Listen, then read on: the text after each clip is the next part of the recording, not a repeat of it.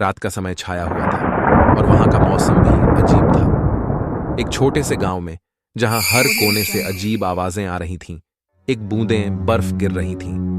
गांव वाले कहते थे कि इस रात में भूतिया हवा चल रही है। राजू, एक नौजवान युवक, ने इस बात को ध्यान में नहीं रखा और रात के समय एक पुरानी हवेली की ओर बढ़ा। हवेली का माहौल अजीब था और उसमें चीखों की गूंज बनी हुई थी। राजू का दिल धड़क रहा था, लेकिन उसने अपनी हिम्मत नहीं हारी। जब वह हवेली के अंदर घुसा तो वहां कुछ अजीब सी आवाजें सुनाई दी। कहीं पर बड़ी तेज बूंदें गिर रही थीं और कहीं से भीषण चीखें आ रही थीं। राजू ने डर के बावजूद आगे बढ़ते हुए एक पुराने कमरे की ओर बढ़ा।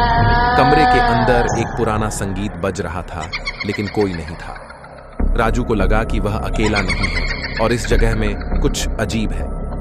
उसने कमरे की तलाश करते हुए एक पुराने ताजगी के सिक्के को धरते हुए एक पुरानी तस्वीर देखी। तस्वीर में एक राजा और रानी थी जो हवेली के मालिक थे। राजू ने खुद को समझाने के लिए तस्वीर को देखा और समझा कि यहाँ कुछ भूतिया हो रहा है। अचानक एक अजीब सी आवाज सुनाई दी, तुम्हें यहाँ नहीं आना चाहिए था।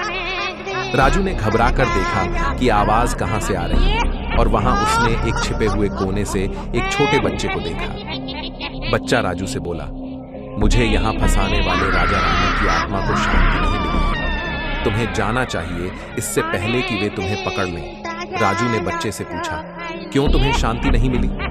बच्चा हंसते हुए बोला, क्योंकि वे मुझसे मेरे पास छुपी सुरक्षा छीनने के लिए आए थे और मैंने उन्हें छल कर दिया। अब मैं तुम्हें उनसे बचाने के लिए मदद कर सकता हूं। राजू ने बच्चे की मदद से हवेली के अंदर से बाहर निकला और गांव वालों को सबसे अच्छी तरह से बताया कि वहां कुछ भूतिया नहीं था, बल्कि एक पुराना राजा रानी का गुमान था जो अपनी आत्मा को शांति ढूंढ रहा था।